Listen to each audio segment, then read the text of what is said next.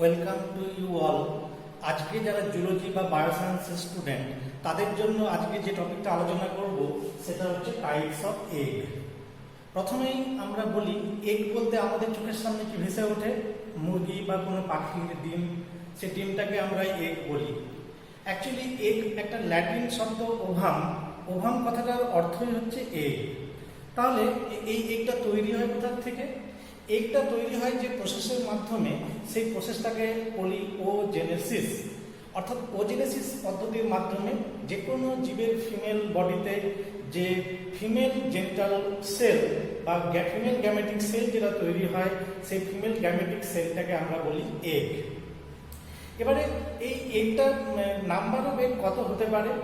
আমরা সবাই জানি এগ লে করার উপরে ভিত্তি করে বা বাচ্চা প্রসব করার উপরে ভিত্তি করে অ্যানিমেলকে আমরা অনেকগুলো ভাগে ভাগ করি। তার মধ্যে ব্রডলি আমরা দুটো ভাগে যেটা ভাগ করি, একটা হচ্ছে ভিভিপেরাস অ্যানিমেল আর একটা হচ্ছে ওভিপেরাস অ্যানিমেল। যারা ওভিপেরাস অ্যানিমেল অর্থাৎ যারা ডিম তার পারে বা ডিম দেয়, সেই অনুযায়ী যারা এক্সটার্নাল ফার্টিলাইজেশন করে, মানে সামুদ্রিক জীবরা বা যারা জলে থাকে যে সকল জীব, তাদের যেহেতু অনেক ক্ষেত্রে এক্সটার্নাল ফার্টিলাইজেশন করতে হয়, বা যারা ডিম ত্যাগ করে ওভিপেরাস অ্যানিমেল যারা, তারা কিন্তু সংখ্যায় অনেক বেশি ডিম ত্যাগ করে। তুলনামূলকভাবে যারা ভিভিপেরাস অ্যানিমেল, তাদের কিন্তু রিপ্রোডাক্টিভ পিরিয়ডে ডিম উৎপাদনের ক্ষমতাটা কিন্তু তুলনামূলকভাবে তাদের তুলনায় কম থাকে। তাহলে প্রথমে আমরা জানবো যে এই যে আমরা এগ বলছি, এগের সাইজ কেমন হতে পারে। আমরা যদি বিভিন্ন অ্যানিমেল কিংডমের বিভিন্ন মেম্বারদের মধ্যে দেখি, তখন আমরা দেখব বিশেষ করে সব থেকে ছোট আমরা কি দেখতে পারি, যেমন আমরা ইঁদুর বা মাউসের ক্ষেত্রে আমরা দেখব 0.07 মাইক্রন সাইজের একটা ডিম আমরা দেখতে পাই তাদের মধ্যে। সিমিলারলি আমরা বিভিন্ন যে আদার্স যে ভার্টিব্রেটগুলো রয়েছে তাদের মধ্যে আমরা বিভিন্ন সাইজে পাই, যেমন ম্যান, আমাদের ক্ষেত্রে হিউম্যানদের মধ্যে এই ডিমের একটা ডিমের সাইজ হচ্ছে বা এগের সাইজ হচ্ছে 150 মাইক্রনের মতো। সিমিলারলি টিউনিকেটদের ক্ষেত্রেও কিন্তু 150 মাইক্রনের মতো হয়, বা আমরা যদি বিভিন্ন পলিকিড বা অ্যানিলিডস দেখি তাদের মধ্যেও কিন্তু মোটামুটি 50 মাইক্রনের মতো একটা ডিমের সাইজ হয়। তাহলে এই যে এগের আমরা সাইজ যেমন ছোট দেখতে পাচ্ছি, যেটা মাইক্রন খালি চোখে আমরা দেখতে পাবো না, সেমনি আমরা বিভিন্ন রকম যে এগ দেখি সেগুলোকে আমরা চোখেও দেখতে পাই।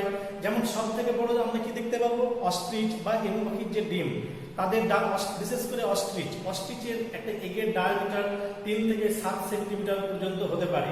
সুতরাং এগের যে সাইজের ভেরিয়েশন আমরা বিভিন্নভাবে আমরা দেখতে পেলাম। এবার হচ্ছে এগের শেপটা কেমন, shape of the egg. Usually আমরা সমস্ত এগগুলোকে আমরা ওভাল বা রাউন্ড শেপে আমরা দেখতে পাই, ওভাল বা রাউন্ড শেপে দেখতে পাই। কিন্তু কিছু কিছু ইনসেক্ট অ্যানিমেল রয়েছে যাদের এগটা ওভাল বা রাউন্ড শেপের না হয়ে তাদের ক্ষেত্রে অনেকে এরকম ইলোঙ্গেটেড ক্লাব শেপের হয়। যেমন আমরা বেস্ট এক্সাম্পল বিভিন্ন ইনসেক্টের মধ্যে দেখতে পাই, মশার মধ্যে দেখতে পাই। মশা যখন কিউলেস মশা, অ্যানোফিলিস মশা যখন ডিম পাড়ে, তাদের এইটা এরকম ক্লাব শেপের ডিমটা হয়। তাদের ক্ষেত্রে কিন্তু ওভাল শেপের বা রাউন্ড শেপের কিন্তু হয় না। সিমিলারলি আরো অনেক রকমের রয়েছে, যেমন বিভিন্ন ধরনের মিক্সিন বা গ্যানোয়েড যে ফিশ, তাদের ক্ষেত্রেও কিন্তু আমরা এরকম ইলোঙ্গেটেড এগ আমরা কিন্তু দেখতে পাই। তাহলে এইটা আমি আজকে যে কথাগুলো বলছি, এগ সম্বন্ধে আলোচনা করছি, এগ জিনিসটা অ্যাকচুয়ালি কি। আমরা যদি একটা এগকে একটু বড় করে যদি আঁকার চেষ্টা করি, রাউন্ড বা ওভাল শেপের একটা এগকে আঁকি, সেটা একটা আমি প্রথমেই বললাম, এটা একটি হচ্ছে স্ত্রী বা ফিমেল গ্যামেটিক সেল, যার মধ্যে নিউক্লিয়াস থাকবে, এবং যেহেতু এটা গ্যামেটিক সেল, তার মধ্যে এর নিউক্লিয়াসের মধ্যে হ্যাপ্লয়েড সংখ্যক ক্রোমোজোমযুক্ত নিউক্লিয়াস থাকবে। আর এই যে সাইটোপ্লাজম, এই এগের যে সাইটোপ্লাজমের মধ্যে বিভিন্ন যে সেল অর্গানেলি থাকে, সেই বিভিন্ন রকম সেল অর্গানেলি আমরা দেখতে পাবো। এগের যে সাইটোপ্লাজম, এগের এই সাইটোপ্লাজমকে বলা হয় ওপ্লাজম। এগের সাইটোপ্লাজমকে ওপ্লাজম আমরা বলি। এছাড়াও আমরা এগের মধ্যে ইম্পর্টেন্ট কিছু ক্যারেক্টার দেখতে পাই। এই এগের ওপ্লাজমের মধ্যে আমরা কিছু এরকম গ্র্যানিউলস দেখতে পাই, যে গ্র্যানিউলসগুলোকে আমরা বলি ইয়ক। সেই ইয়কটা অল্প পরিমাণে থাকতে পারে বা খুব বেশি পরিমাণে থাকতে পারে, কোনো জায়গায় ক্লাব হয়ে থাকতে পারে বা ইউনিফর্মলি স্প্রেড হয়ে থাকতে পারে, বিভিন্নভাবে স্প্রেড হয়ে থাকতে পারে। এছাড়া একটা এগের যে সাইটোপ্লাজমের মধ্যে আর কি থাকবে, আমরা জানি যে এই একটা এমব্রিও যে তৈরি হবে সেই এমব্রিওর যে মেন যে নিউট্রিশন, সেই মেন নিউট্রিশনের জন্য তো ইয়ক জমা থাকছে এগের ভিতরে, কিন্তু যে এমব্রিওটা তৈরি হবে তার জন্য যে বিভিন্ন প্রোটিনগুলো দরকার, অ্যামাইনো অ্যাসিডগুলো দরকার, সেগুলো সমস্ত কিন্তু এখানে কিন্তু জমা থাকবে এগের সাইটোপ্লাজমের মধ্যে।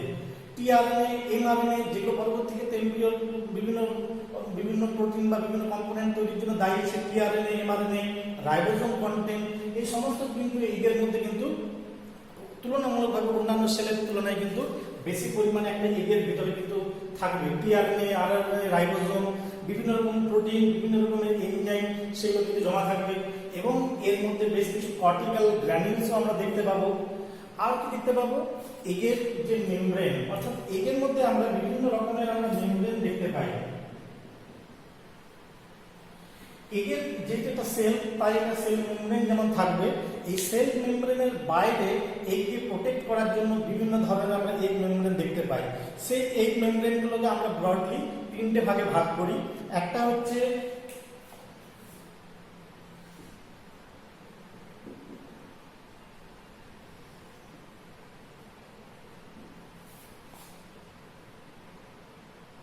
Primary egg membrane,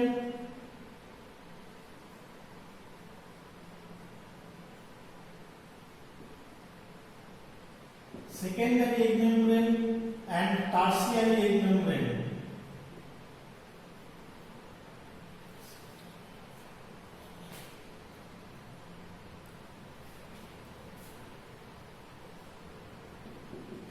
primary egg membrane, secondary egg membrane এবং টার্সিয়ারি যে এগ মেমব্রেন, এই জিনিসটা কি? প্রাইমারি এগ মেমব্রেন হচ্ছে সেই সকল এগ মেমব্রেন যে এগ মেমব্রেনে এই যে একটা ওভাম রয়েছে, ওভাম যদি নিজে কোনো কিছু সিক্রেশন করে তার প্লাজমা মেমব্রেনের বাইরে থেকে কোনো আস্তরণ তৈরি করে, সেই এগ মেমব্রেনটাকে আমরা বলছি প্রাইমারি এগ মেমব্রেন। যেমন আমরা অনেক রকমের প্রাইমারি এগ মেমব্রেন পাই, যেমন ভাইটাল এগ মেমব্রেন বা জোনার রেডিয়েটা, জোনার পেলুসিডা, বা আমরা এখানে সেক্ষেত্রে আমরা যেমন এর এগের বাইরে একটা জেলি এনভেলপ পাই, সেগুলো সব হচ্ছে কিন্তু প্রাইমারি এগ মেমব্রেন। সিমিলারলি আমরা secondary egg membrane. Secondary egg membrane কি? এই যে প্রাইমারি যে এগ মেমব্রেন বা এগ রয়েছে, তাকে সারাউন্ডিং করে যে বিভিন্ন সেলগুলো থাকে, অর্থাৎ বিভিন্ন ধরনের যে সেল, তাদের সিক্রেশনটা যদি এখানে জমে এগের বাইরে দিয়ে একটা আস্তরণ তৈরি হয়, তখন সেই মেমব্রেনগুলোকে আমরা বলবো সেকেন্ডারি এগ মেমব্রেন। যেমন কোরিয়ন, কাইটিনাস সেল, ওভারিয়ান, ম্যামালসের ক্ষেত্রে যেমন বিভিন্ন ফলিকল সেলগুলো থাকে, সেগুলো এরকম আমরা সেকেন্ডারি এগ মেমব্রেন দেখতে পাবো। আর টার্সিয়ারি এগ মেমব্রেন কি?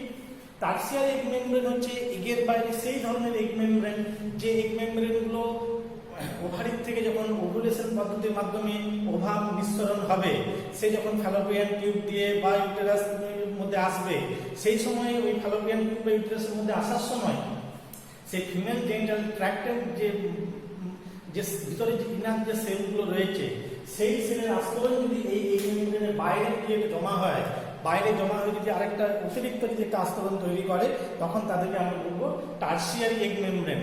যেমন আমরা এগের মধ্যে আমরা দেখতে পাখিদের বা বার্ডসদের এগের মধ্যে আমরা দেখতে পাই হোয়াইট অ্যালবুমেন বা একটা বাইরের সেল মেমব্রেন, সেলের একটা আস্তরণ দেখতে পাই।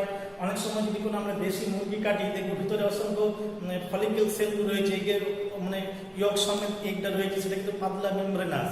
সে যখন মুরগি যখন ডিমটা ত্যাগ করে, বাইরে যখন শরীর বাইরে যখন বের হয়ে আসে, তখন বাতাসের সংস্পর্শে সে বাইরের যে সেল, চুন জাতীয় যে ক্যালসিয়াম কার্বনেটের যে সেল দিয়ে তৈরি, সেই সেলটা হার্ড হয়ে যায়।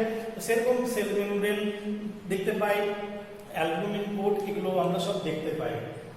তাহলে আমি এতক্ষণ যেগুলো বললাম যে এগের একটা জেনারেল স্ট্রাকচার, এগের সাইটোপ্লাজমে কি থাকে, এগের মধ্যে কি কি মেমব্রেন আমরা দেখতে পাই, প্রশ্ন আসছে যে এই যে আমরা টাইপস অফ এগটাকে আমরা ডিভিশন যে করব, ডিভিশন করার আগে আমরা এই ইয়ক সম্বন্ধে একটু জানি।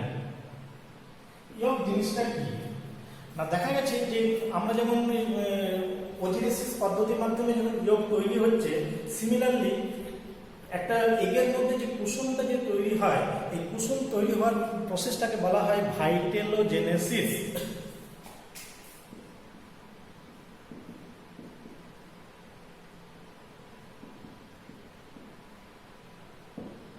সুতরাং এই ভাইটেলোজেনেসিস প্রসেসের মাধ্যমে দুটো ঘটনা ঘটবে। একটা হচ্ছে সিনথেসিস,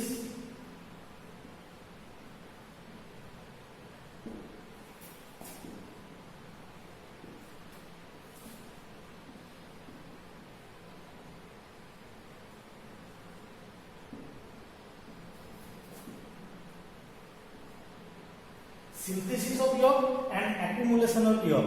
সিনথেসিস এবং অ্যাকুমুলেশন অফ ইয়ক যে এগের মধ্যে যে হবে, এই যে একটা এগের মধ্যে যে নিউক্লিয়াস থাকবে, সেখানে যে ইয়কটা ডিপোজিশন হবে, তো সেই ডিপোজিশনটা কিভাবে হবে? এই ডিপোজিশনটা যে হবে দুটো ভাবে হতে পারে। কিছু কিছু আমরা দেখতে পাবো লোয়ার অর্গানিজমের ক্ষেত্রে, বিশেষ করে অ্যানিলিডদের ক্ষেত্রে, অ্যানিলিডের যে ওপ্লাজম নিজেই কিন্তু এই ধরনের যে ইয়ক কন্টেন্ট বা এগ প্লেটলেট, ইয়ক প্লেটলেট সেগুলো তৈরি করতে পারে কিছু কিছু অ্যানিলিডা। বাট বাকি আদার অর্গানিজমের ক্ষেত্রে কিন্তু এই যেখানে ইয়ক বা ওভাম তৈরি হচ্ছে, ওভামের ওপ্লাজমের ভিতরে কিন্তু কুসুম বা ইয়ক তৈরি হয় না, তার থেকে অনেক দূরে হয়তো কোনো একটা লিভার সেলে তৈরি হচ্ছে, লিভার সেলে ইয়কটা তৈরি হচ্ছে। তাহলে এই লিভার সেল থেকে যে এগের মধ্যে আসবে, এই লিভার সেল ইয়ক বা কিছু ফ্যাট বডির মধ্যে তৈরি হতে পারে। তো সেই ইয়ক সেল লিভার বা ফ্যাট বডি যে তৈরি হওয়ার জন্য যে ইয়ক প্রিকর্সার যেটা থাকে, ইয়ক এক ধরনের ইয়ক, সেটা হচ্ছে ফসফোলাইপোপ্রোটিন, যাকে আমরা বলি ভাইটেলোজেনিন। তাহলে ভাইটেলোজেনিন হচ্ছে ইয়কের একটা প্রিকর্সার।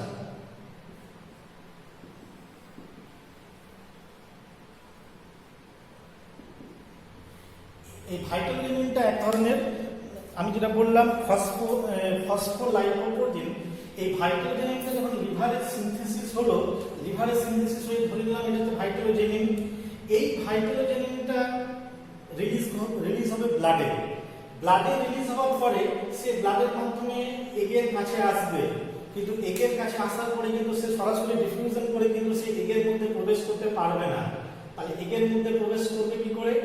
এগের মধ্যে প্রবেশ করার পদ্ধতিটা হচ্ছে এরা মাইক্রোপিনোসাইটোসিস পদ্ধতিতে, অর্থাৎ এখানে এলো ভাইটালোজেনিনটা এলো, আসার পরে এখানে এনগাল করবে, আলটিমেটলি একটা মেমব্রেনের মধ্যে যে ইয়ক, সেই মেমব্রেনের মধ্যে ইয়কটা আলটিমেটলি এগের ওপ্লাজমের মধ্যে ঢুকবে। এইরকম অসংখ্য ভাইটালোজেনিন এগের মধ্যে ঢুকলো, এগের মধ্যে ডিপোজিশন ঘটবে।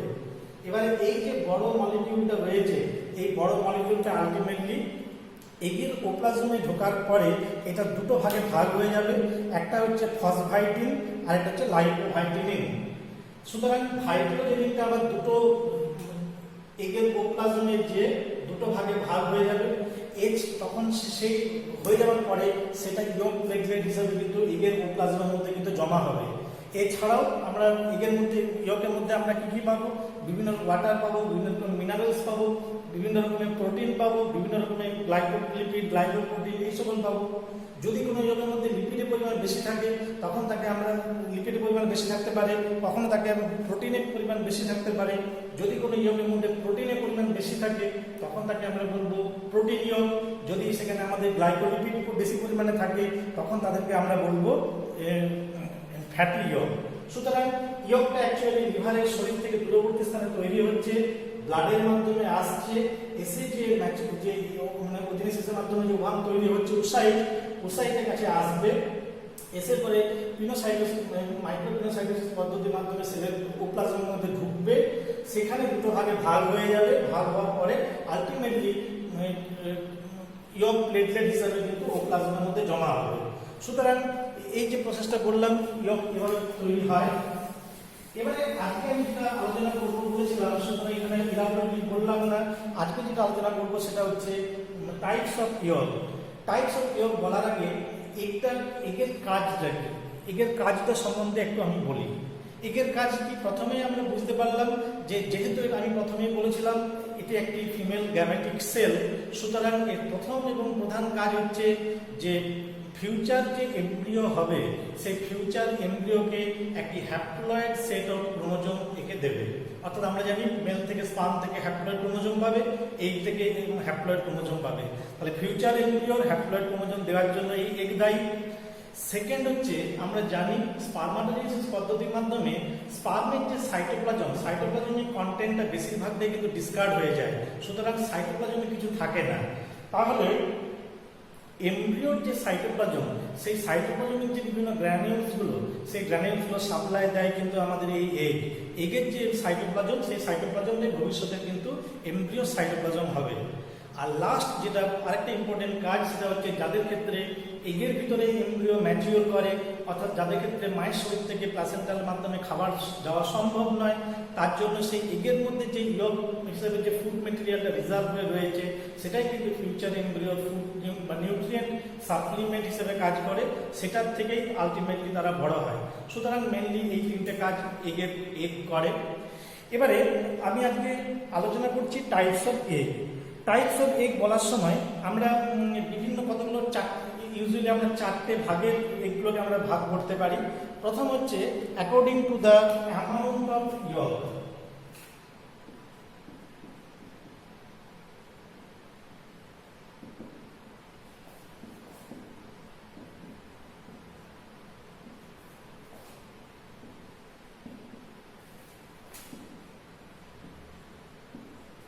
অর্থাৎ একটা এগের ভিতরে কি পরিমাণে ইয়গ বা কুসুম রয়েছে তার উপরে ভিত্তি করে আমরা এগুলোকে ভাগ করব।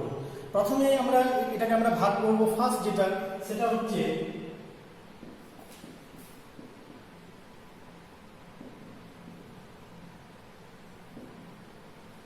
অ্যালিসিথাল এগ। এখানে এই কথাটার মানে হচ্ছে নো, আর লেসিথাল মানে হচ্ছে ইয়গ। তাহলে আমরা এখান থেকে এই যে অ্যালিসিথাল এগ বলতে আমরা কি বুঝবো? অ্যালিসিথাল এগ বলতে আমরা সেই ধরনের এগগুলোকে বুঝবো যে এগের মধ্যে প্রমিনেন্ট নিউক্লিয়াস থাকবে, সাইটোপ্লাজম বা ওপ্লাজম যেটা বললাম, ওপ্লাজমের মধ্যে আদার অর্গানেল থাকবে, কিন্তু কোনো ইয়গ এখানে থাকবে না। যেহেতু কোনো ইয়গ থাকে না, সেই জন্য এদেরকে বলা হচ্ছে অ্যালিসিথাল এগ।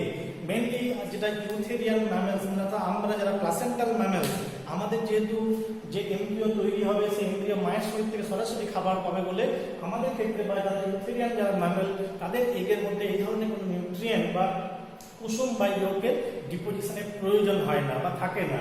তার জন্য এদের এইগুলোকে বলা হচ্ছে অ্যালিসিথাল এগ। তাহলে পাবো কোথায় বললাম আমরা? বিভিন্ন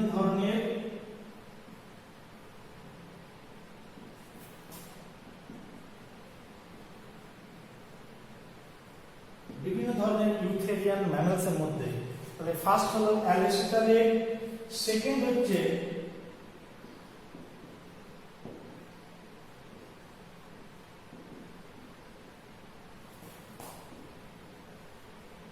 মাইক্রোলেসিথাল এগ। মাইক্রোলেসিথাল এগ কাদের বলবো? বিশেষ করে অ্যাম্ফিওক্সাস টিউনিকেট, এদের ক্ষেত্রে আমরা এগুলো দেখতে পাই। অ্যাম্ফিওক্সাস টিউনিকেট,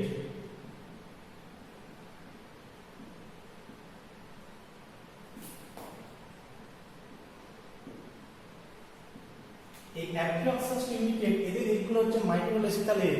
মাইক্রো কথাটা মানে হচ্ছে খুব অল্প বা little amount of yolk is present in the ooplasm of egg. অর্থাৎ এগের যেটা ওপ্লাজম, এগের ওপ্লাজমের মধ্যে আমরা দেখব খুব সামান্য পরিমাণে, যেমন এখানে যেমন কোনো ইয়গ ছিল না, শুধুমাত্র সাইটোপ্লাজমিক কন্টেন্ট ছিল, এখানে কিন্তু আমরা দেখতে পাবো এদের ক্ষেত্রে এই যে এখানে আমরা যেমন নিউক্লিয়াস দেখতে পাবো, সেমনি এখানে কিছু অল্প পরিমাণে আমরা, এটা হচ্ছে নিউক্লিয়াস, এগুলো হচ্ছে ইয়গ। তাহলে আমরা এদের ওপ্লাজমে আমরা শুধু অল্প পরিমাণে আমরা যদি ইয়গ পাই, তাদেরকে বলছি আমরা মাইক্রোলেসিথাল এগ। এখানে আমরা আরো দুটো টাইপ পাবো, সেটা হচ্ছে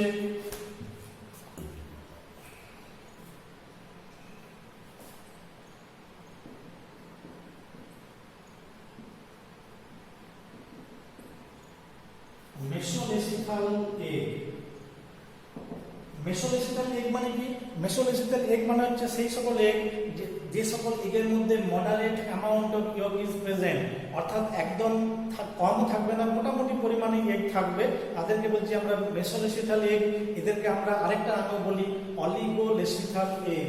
মেগোলেসিথাল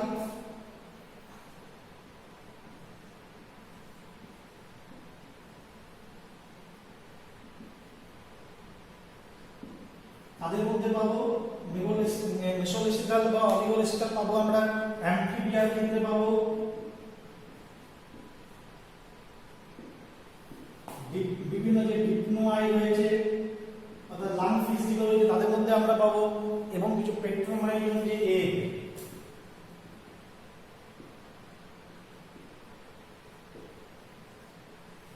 এগুলো হচ্ছে অলিগোলেসিথাল বা মেসোলেসিথাল এগ, অর্থাৎ এদের যে এগের যে নিউক্লিয়াস যেমন থাকবে, সিমিলারলি এদের সাইটোপ্লাজমের মধ্যে কিন্তু আমরা মডারেট অ্যামাউন্ট অফ ইয়ক আমরা পাবো।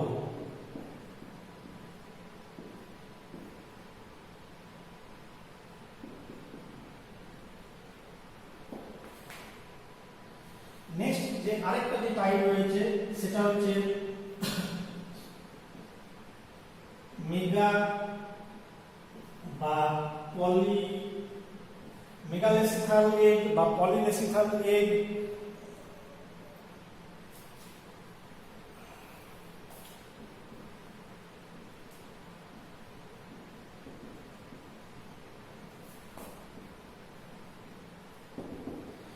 মেগালেসিথাল এগ বা পলিলেসিথাল এগ বা ম্যাক্রোলেসিথাল এগ, এইগুলো কি বিশেষ করে আমরা এই যে বাড়িতে তোমরা যখন পোল্ট্রি মুরগি আমরা দেখো কি দেখতে পাবো, গোটা ডিমের মধ্যে কুসুমের পরিমাণটা অনেকটা বেশি পরিমাণ কুসুম। সেরকম রেপটাইলস, বার্ডস, বিভিন্ন রকম প্রোটোথেরিয়ান ম্যামেলস যেমন মনোট্রিম বা যারা এগ লেইং ম্যামেলস রয়েছে তাদের মধ্যে আমরা এই ধরনের ডিমটা দেখতে পাবো বা এইটা দেখতে পাবো।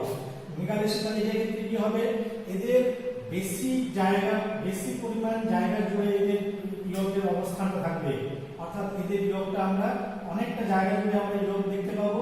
এবং এদের যেটা ওপ্লাজম, যে নিউক্লিয়াস এবং সাইটোপ্লাজম, নিউক্লিয়াস অল্প জায়গা জুড়ে থাকবে, এটা হচ্ছে ইয়ক। আমরা বুঝতে পারছি কতটা মানে এগের বেশি জায়গাটা জুড়ে ইয়কের অবস্থানটা থাকবে, নিউক্লিয়াস এবং সাইটোপ্লাজমিক কন্টেন্ট খুব অল্প জায়গা জুড়ে থাকবে। সুতরাং এই ধরনের এগকে আমরা বলছি মেগালেসিথাল, পলিলেসিথাল বা ম্যাক্রোলেসিথাল এগ। পাবো কাদের মধ্যে বললাম, রেপটাইলের মধ্যে পাবো, বার্ডসদের মধ্যে পাবো, আর এগ লেইং ম্যামেলস।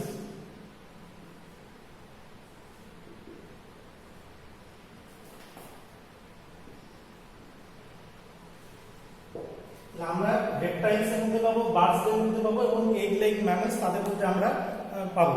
সুতরাং যেটা আমি আলোচনা করলাম প্রথমে, টাইপস অফ এগের মধ্যে first according to the amount of yolk, কুসুমের পরিমাণ কতটা আছে তার উপরে ভিত্তি করে আমরা চারটে ভাগে ভাগ করলাম।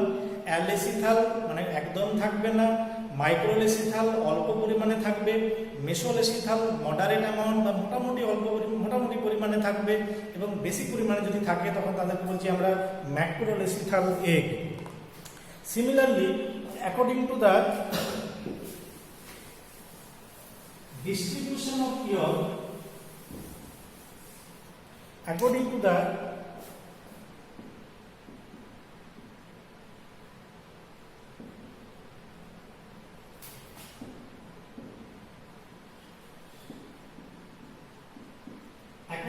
distribution of the yolk, yolk আমরা কতগুলো ভাগে ভাগ করি। যেমন আমরা yolkকে ভাগ করব আইসোলেসিথাল বা হোমোলেসিথাল।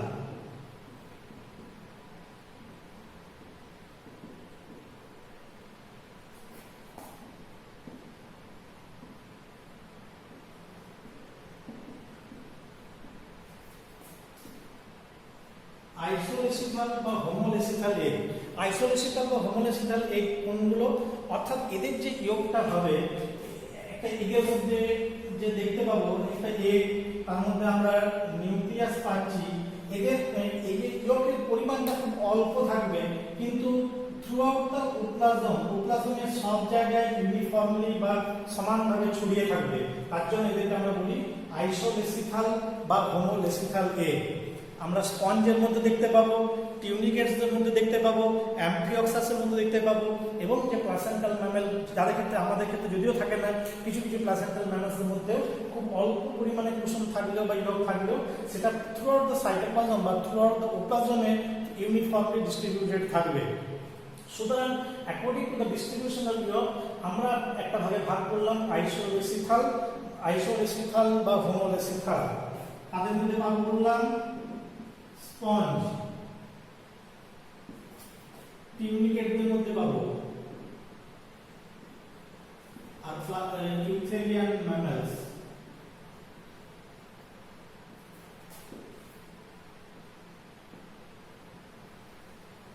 ইউথেরিয়ান ম্যামালসদের মধ্যে পাবো। সিমিলারলি আমরা ভাগ করব আইসোলেসিক্যালে পরে হচ্ছে টেলোলেসিক্যাল egg.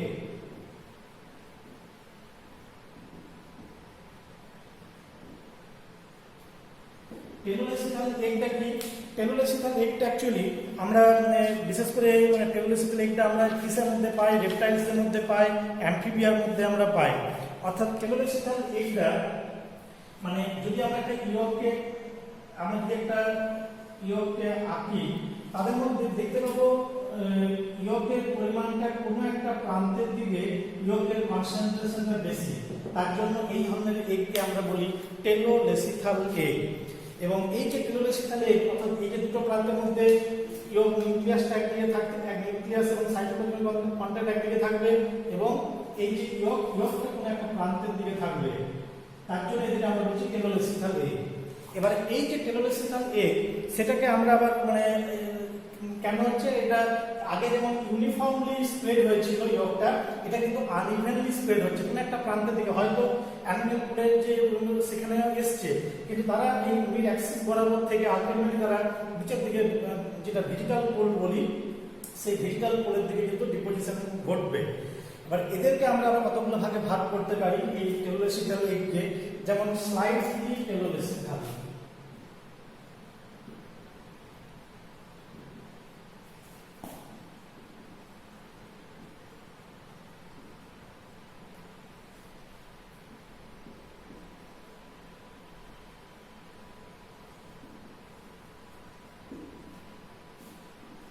Slightly telolesical, moderately telolesical, and extremely telolesical.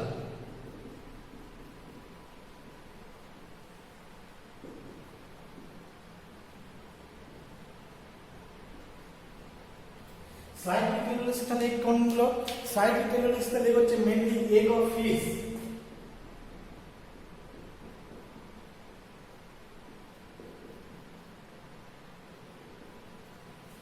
মাছের যে ডিম, সেই মাছের ডিমটা telolecithal egg, but they are slightly telolecithal. ঠিক একদম প্রান্তের দিকে থাকবে না, মোটামুটি টেলোলেসিক্যাল এগ হবে। মডারেটলি টেলোলেসিক্যাল হচ্ছে অ্যামফিবিয়ার যে এগ, অর্থাৎ এগ অফ অ্যামফিবিয়া।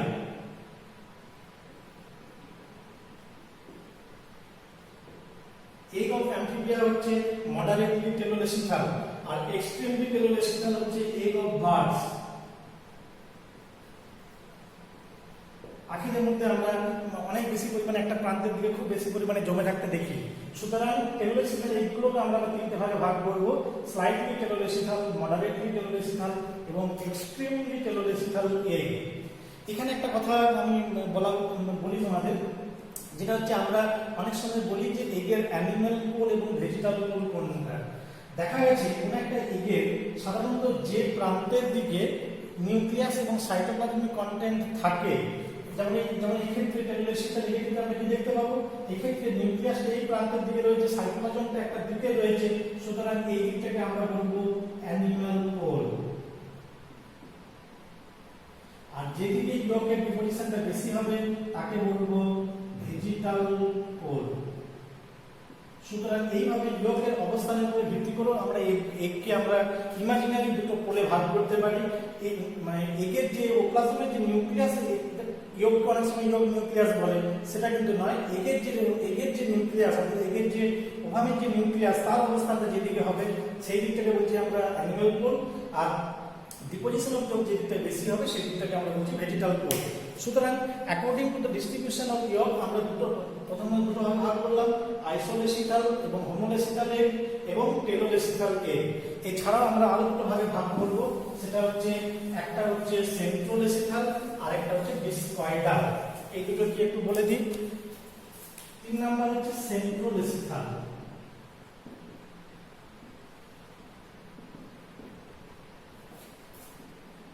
সেন্ট্রোলেসিক্যাল এগ নামটা শুনে বুঝতে পারছি কি না, এদের ক্ষেত্রে যে এগটা হবে, এই একটা এগ, তার সেন্টারে ইয়কের অবস্থানটা ঘটবে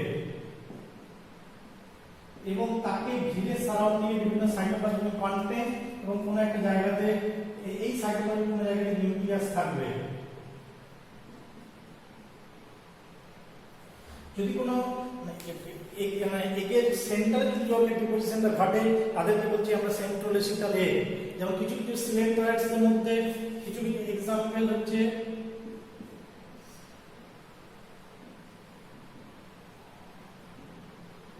এবং আর্থ্রোপোডা, কিছু কিছু আর্থ্রোপোডা মেম্বার, কিছু কিছু আর্থ্রোপোডা মেম্বারদের মধ্যেও এবং সিলেন্ট্রয়েডসের মধ্যে আমরা এই ধরনের সেন্ট্রোলেসিটাল এগ আমরা দেখতে পাই। নেক্সট হচ্ছে ডিসকয়েডাল এগ। চারটে ভাগে ভাগ বলেছিলাম, চার নাম্বার হচ্ছে ডিসকয়েডাল এগ।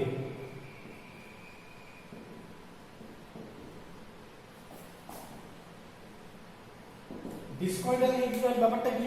ডিসকয়েডাল এগটা অনেক সময় আমরা যে বলছিলাম না টেলোলেসিটাল এগের মতোই, অর্থাৎ আমি ছবি এঁকে বোঝানোর চেষ্টা করছি।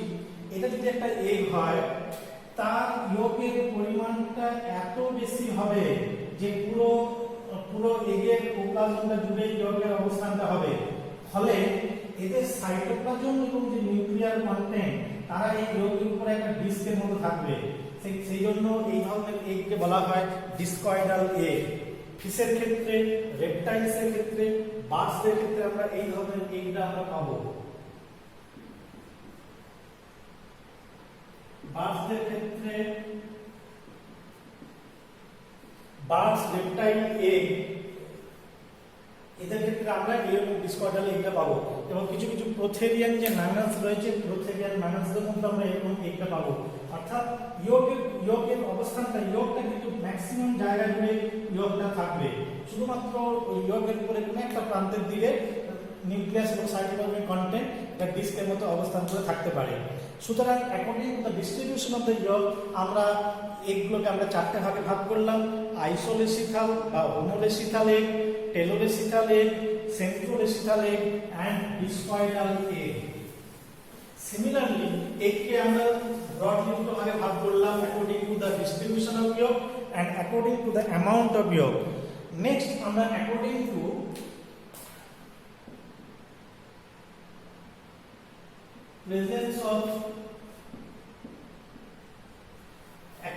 presence or absence of cell সেই অনুযায়ী এগুলোকে আমরা আবার দুটো ভাগে ভাগ করব। অর্থাৎ তার মধ্যে সেল রয়েছে, বাইরে সেল চুন দ্বারা তৈরি বা ক্যালসিয়াম কার্বনেট দ্বারা তৈরি, যদি সেলের আবরণ থাকে বা না থাকে তার উপরে ভিত্তি করে। ফার্স্ট হচ্ছে ক্লিওইডি এগ।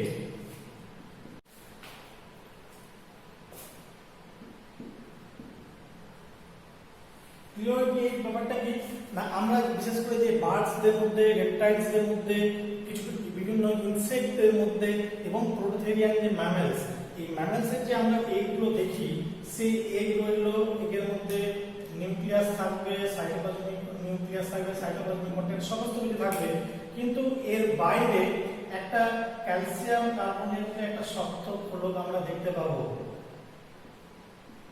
ক্যালসিয়াম কার্বনেটের যে আস্তরণ দ্বারা, চুন দ্বারা তৈরি যে আবরণটা দেখতে পাচ্ছি, সেই ধরনের এগগুলোকে আমরা বলছি ক্লিওইডি এগ। আমরা কাদের মধ্যে দেখতে পাবো বললাম, যে নরমালি আমরা দেখতে পাই খালি চোখে বার্ডসের মধ্যে পাবো,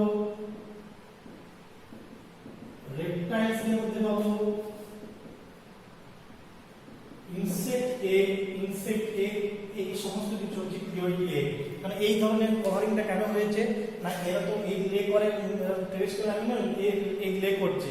সুতরাং বাইরের যে এনভায়রনমেন্টাল হ্যাজার্ডস, প্রচন্ড তাপমাত্রা বা বিভিন্ন শিকারের হাত থেকে বাঁচার জন্য বাইরের চুনের আস্তরণ তৈরি করে দেয়, ফলে এদেরকে একটা প্রোটেকশন দেয়। এবং অনেক সময় এই যে এগের যে উপপ্লাজমের মধ্যে বিভিন্ন পিগমেন্ট গ্রানিউলস থাকে, সেই পিগমেন্ট গ্রানিউলস থাকার জন্য এদের যে সেলটা হবে, সেলটা বিভিন্ন কালারের হয়। আমরা যেমন সাদা এগ যেমন দেখি, আরো বিভিন্ন কালারের, বিভিন্ন ধরনের কালারের আমরা এই সেলের কালারেশন করে বিভিন্ন রঙের আমরা ডিম দেখতে পাই। সেটা একটা প্রোটেকশন, প্লাস শুধু প্রোটেকশন শুধু নয়, কিন্তু এটা কিন্তু ওই সেল মেমব্রেনটা কিন্তু পোরাস, তার মধ্যে দিয়ে কিন্তু গ্যাসিয়াস এক্সচেঞ্জ হবে, গ্যাসিয়াস এক্সচেঞ্জ কিন্তু হতে পারে। তাহলে একটা হচ্ছে ক্লিওইডি এগ, আর সেকেন্ড হচ্ছে নন ক্লিওইডি এগ। নামটা শুনে বুঝতে পারছি।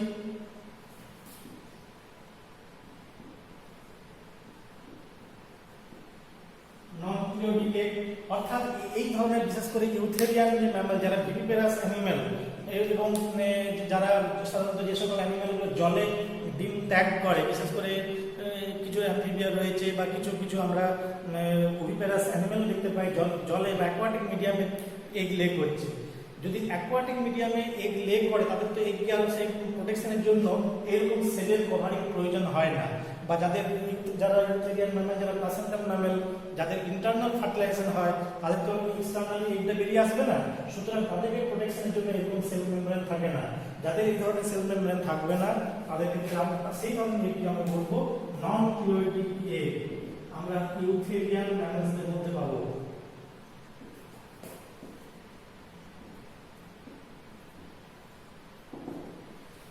ঠিক আছে, তাহলে according to the presence of cell or absence of cell একে আমরা দুটো ভাগে ভাগ করলাম, প্রিওরিটি এগ এবং নন প্রিওরিটি এগ। সিমিলারলি আমরা লাস্ট যেটা একে আমরা আরেকটা যে ভাগ করব according to the presence and absence of, যেমন বললাম similarly according to the type of development, according to the type of development অর্থাৎ এগ থেকে কি কি ডেভেলপমেন্ট হবে। সুতরাং according to the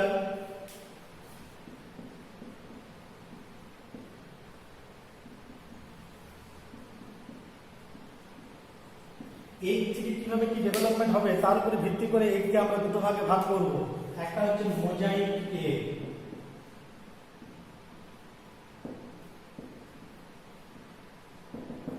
mosaic egg মানে কি? মোজাইক এগ হচ্ছে বিশেষ করে আমরা পলিফেরা, অ্যানিলিডা, আর্থ্রোপোডা এবং মোলাস্কা তাদের ক্ষেত্রে আমরা এই ধরনের এগটা দেখতে পাই। এবং এই মোজাইক এগটা মানে হচ্ছে যখন এগের এই যে এইটা যখন জায়গট হওয়ার পরে যখন বিভিন্ন অসংখ্য যখন সেলের ভাগ টিভেজের মাধ্যমে যখন অসংখ্য সেলের ভাগ হয়, এই অসংখ্য সেলের ভাগ হওয়ার সময় প্রত্যেকটা সেলেরই ক্ষমতা থাকে, অর্থাৎ তাদের যে প্রত্যেকটা অংশ সেই অংশ ডিটারমিনেট করে থাকে, অর্থাৎ প্রত্যেকটা পার্ট কোন অংশটা তৈরি করবে সেটা যদি একদম নির্দিষ্ট হয়ে থাকে তখন তাদের বলবো মোজাইক এগ। মানে এই যে সেলটা, সেই সেলটা হয়তো এই পার্টটা ডেভেলপমেন্ট অফ আয়ের জন্য দায়ী, কেউ হয়তো ডেভেলপমেন্ট অফ ব্রেনের জন্য দায়ী। এরকম ভাবে যখন ডেভেলপমেন্ট হবে মানে এগের মধ্যে কোন একটা এগ তার যে বিভিন্ন সাইটোলজি স্পেসিফিক পার্ট যদি এমব্রিওর স্পেসিফিক করার জন্য যদি প্রি ডিটারমাইন্ড থাকে তখন তাদেরকে বলছি আমরা মোজাইক এগ। এবং এগের যদি এমন হয় কোনো একটা পার্টে যদি কোনো একটা অংশকে আমি যদি ডিস্টার্ব করি তাহলে সেখান থেকে যে এমব্রিওটা হবে সেই এমব্রিওটা কিন্তু এই যে পার্টটা একদম ডিটারমাইন্ড হয়েছিল সেই পার্টটাকে যদি নষ্ট করে দিয়েছি তাহলে সেটা একটা মানে ইল ডেভেলপড একটা এমব্রিও হবে।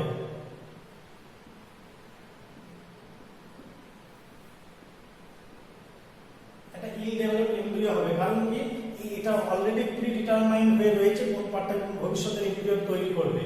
সিমিলারলি এগুলোকে আমরা বলছি মোজাইক এগ। আমরা যদি বললাম তাদের মধ্যে আমরা পাবো, আমরা পলিফেরার মধ্যে পাবো এই ধরনের এগ,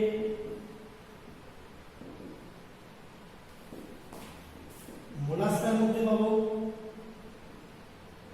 পলিফেরার মধ্যে পাবো, মোলাস্কার মধ্যে পাবো, আর্থ্রোপোডার মধ্যে পাবো। আমরা আর্থ্রোপোডার যে এগ তাদের এই ধরনের মোজাইক এগ। আরেকটা যেটা হচ্ছে ইনডিটারমিনেট বা regulative egg.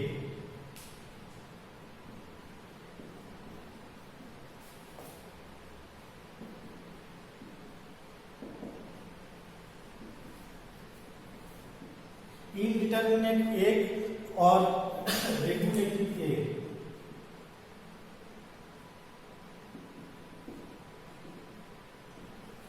Indeterminate or regulative এগের ক্ষেত্রে আমরা এটাই দেখতে পাবো, অর্থাৎ তাদের যে এগটা হবে মানে এগের যে বিভিন্ন পার্ট সেই আগে যেমন বলছিলাম যে প্রত্যেকটা পার্ট একটা নির্দিষ্ট অংশ তৈরি করতে পারবে। এদের এই যে এগটা হবে সেই এগের কিন্তু বিভিন্ন পার্টগুলো বা এগের মধ্যে বিভিন্ন অংশ কিন্তু ভবিষ্যতের যে এমব্রিও হবে তার কোন অংশটা তৈরি হবে সেটা কিন্তু আগের থেকে প্রি ডিটারমাইন্ড হয়ে নেই। তার জন্য এদেরকে আমরা বলছি ইনডিটারমিনেট এগ, অর্থাৎ এদেরকে যে কোনো অংশ থেকে এদের শরীরে যে কোনো অংশ মানে ভবিষ্যতের পুরো প্রাণীটা তৈরি হতে পারে। অর্থাৎ যখন আমরা যদি এদেরকে এমন করতে পারি কোনো একটা পার্টকে যদি আমি আলাদা করে কেটে বার করে নিই সেই পার্টটা কিন্তু ভবিষ্যতের পুরো এমব্রিওটাকে তৈরি করার ক্ষমতা তার মধ্যে রয়েছে। অর্থাৎ এদের মধ্যে আগের থেকে মানে কোনো একটা পার্ট এরা কিন্তু ডিটারমাইন্ড হয়ে থাকবে সেটা কিন্তু নেই। এবং এইটটা মোটামুটি যখন ক্লিভেজের 8বার পর্যন্ত অর্থাৎ ক্লিভেজ হওয়ার পরে 8 মানে 8 সেল যখন সেল একটা এমব্রিও তৈরি হবে ততক্ষণ পর্যন্ত তাদের এই নেচারটা থাকবে। তার 8 সেল এমব্রিও হওয়ার পরে যখন আরো ফার্দার ক্লিভেজের মাধ্যমে সেল ডেভেলপ করবে তখন সেলগুলো কীভাবে ভাগ হয়েছে তারা কিন্তু নির্দিষ্ট পার্ট তৈরি করতে পারবে, কিন্তু ওই 8টা সেল পর্যন্ত তারা কিন্তু ইনডিটারমিনেট কন্ডিশনে থাকবে। ওই 8টা সেলকে আমি যদি একটা জায়গা হওয়ার পরে সেই 8টা সেলকে আমি সেপারেট করে দিই, সে কিন্তু প্রত্যেকটা সেল কিন্তু এক একটা এমব্রিও তৈরি করতে পারবে। সুতরাং তাদেরকে আমরা বলছি রেগুলেটিভ এগ বা ইনডিটারমিনেট এগ।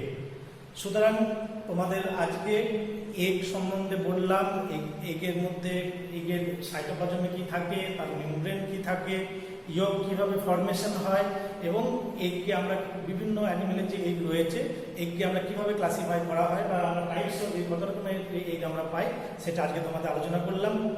নেক্সট পরবর্তী ক্ষেত্রে অন্য কোনো একটা টপিক নিয়ে তোমাদের সাথে আলোচনা করব। আমি Rajendra Prasad Mondal, zoology department, Bankura Sammilani college থেকে তোমাদের আজকে এইটা আলোচনা করলাম। Thank you.